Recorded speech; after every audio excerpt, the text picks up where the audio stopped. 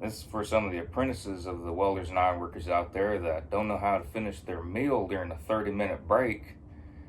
Y'all need to eat your chow faster. You can't be eating half your meal in a 30-minute break then complaining the rest of the day about being hungry. Chow that stuff down. You got no idea what it's like to be working on 3 MREs locked in a rubber room full of rats. You gotta eat fast.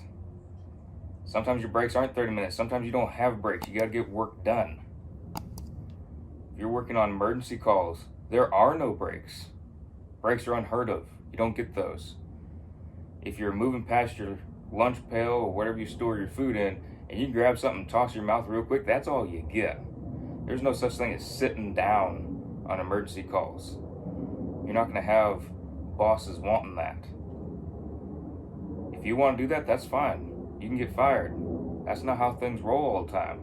You got to be able to work and eat food super fast, whether you're on break or not. If you're on emergency call, chow something down super fast and get right back to work, because you need food while you're on a job site. You can't be working 12, 14 plus hours a day with no food. That'll start wearing you down, and then you become a liability to yourself and to your crew.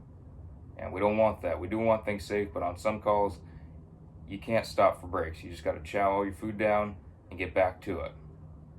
It's how we roll.